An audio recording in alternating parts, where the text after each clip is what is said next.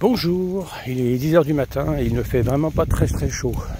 Et il y a un brouillard chez nous à couper au couteau. Donc je devais aller courir, mais je ne vais pas aller courir. Parce que si j'emprunte des endroits où je suis obligé de couper par la route, je suis pas très rassuré de ce temps-là. Déjà en temps normal. Alors là je vais rester sur l'avenue verte. Je suis parti me promener avec Milka, ma chienne, qui est contente d'être avec son maître.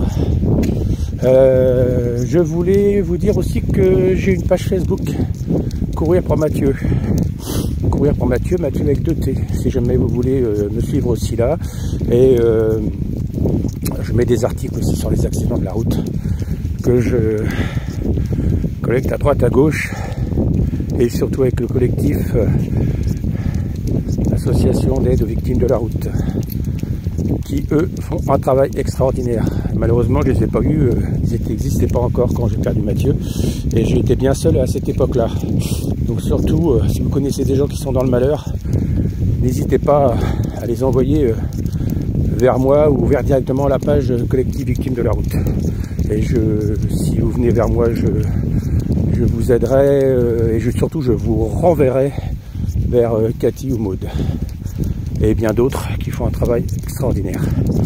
Et c'est bien dur, hein, c'est bien dur, parce que moi, le problème après un accident, c'est qu'on veut tous faire des associations pour nos enfants. J'en avais fait une aussi, et ça, comment dire, ça, je vais prendre l'expression, ça nous bouffe tellement, ça nous prend tellement de temps et d'énergie, que ma maman, qui maintenant est au ciel, m'avait dit Christophe, tu devrais arrêter parce que tu es en train de te détruire. Et bien sûr on n'écoute jamais nos mamans, mais cette fois-ci je me suis aperçu à un moment qu'elle avait raison. Et j'avais lâché du lest. J'avais repris l'association quand j'avais décidé d'aller à New York pour Mathieu. Bon, j'ai eu mes problèmes de dos et surtout le Covid qui est arrivé à grands pas juste au moment où tout cela se mettait en place, où j'avais une grande énergie. Donc là je ferai sûrement pas New York. Après, je ne sais pas, c'est pas l'avenir. Je ferai pas New York, mais comme j'avais récolté des fonds et que j'ai décidé d'aller faire le chemin de Saint-Jacques-de-Compostelle par la suite, donc j'avais acheté tout le matériel, les chaussures à tente, le réchaud, tout le matériel pour partir en rando. J'avais testé cet été sur le Tréport Dieppe, et puis après Sainte-Marguerite sur mer, j'avais testé jusqu'à Étretat en partant en solo avec ma tante, et c'était super sympa. En plus c'était un moment où il y avait un peu de canicule et c'était très sympa. Donc je suis un coureur en année, hein, j'aime bien courir, hein, c'est mon truc, mais il y a des moments comme aujourd'hui avec ce temps et mon mal de dos qui ne passe pas.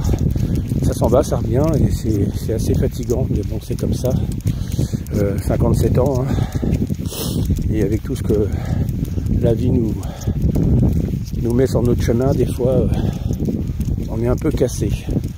Donc oui, Saint-Jacques-de-Compostelle, je le ferai, ça c'est sûr. J'attends, je suis bientôt en congé de fin d'activité. Disons que dans 3-4 mois, j'aurai du temps libre. Donc voilà, si vous avez des questions, quoi que ce soit, des suggestions de vidéos, demandez-moi, parce que j'ai vu que j'ai multiplié mes abonnés par 10 en 8 jours. J'ai énormément de vues, je suis très étonné, mais bon, au moins cet assassin ce toxico de Palmade aura permis de me faire connaître. Alors, je lui dis pas merci, hein, mais si ça peut éveiller les gens sur les accidents de la route, les peines, prendre conscience, faire lever le pied à certaines personnes, parce que je vois tellement comme truc sur la route. Vous savez, je ne vous ai pas dit, mais je suis chauffeur de car, donc quand je parle avec mes collègues, on voit tous des tas de trucs inacceptables sur la route, complètement inacceptables. Et je peux vous dire que il y aurait de quoi écrire des romans, des dictionnaires. Moi, ça fait 30 ans que je conduis, hein. Donc, et j'ai eu un accident grave aussi. Je vous en reparlerai peut-être un peu plus tard. Voilà. Donc, les gens roulent vite, hein, très vite. Hein. Les femmes aussi. Hein. J'ai vu des femmes faire des trucs, mais complètement débiles. Et ils sont fiers en plus. Et parfois, ils nous traitent. Je me suis fait traiter par des femmes qui ont des enfants. Donc, je ne comprends pas, des femmes qui ont des enfants, qui roulent comme des... Ça serait leurs enfants qui sortiraient du car quand on descend les enfants et qu'on voit les voitures passer comme des dingues. Non, mais s'il y a un car arrêté en warning, avec les panneaux transport d'enfants allumés, c'est qu'on descend des enfants. Donc, doubler le car, oui, peut-être, mais doucement, au pas. C'est complètement dingue de doubler un car. Moi, je vois des petits bézos sortir du car. Franchement, des moments où j'ai le cœur, ça fait boum. Hein. Heureusement, j'ai jamais eu de problème de ce côté-là. Mais j'ai un collègue qui en a eu un, et un petit garçon qui est décédé. Parce qu'il tenait la main de son grand frère, si je dis pas de bêtises. Il a lâché la main de son grand frère en descendant du bus. Une voiture est arrivée. Et ça, c'était dans le coin aussi, il y a de nombreuses années, mais c'est toujours dans mes mémoires.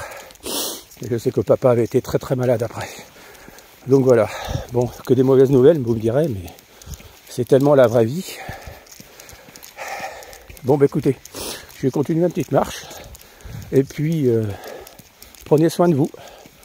Roulez tranquille. Ça, c'est pas parce que vous roulez à 110, 120 au lieu de 80 que vous allez parfois arriver en retard chez vous ou pas arriver du tout chez vous. Parce que vous serez soit à l'hôpital, soit en garde à vue. Pensez bien à ça. La vie est beaucoup trop précieuse. Pensez aux autres personnes comme si c'était vos propres enfants, vos propres frères et sœurs. Et là, je vais vous dire que vous allez lever le pied quand même. C'est pas possible. Allez, au revoir. Bonne journée.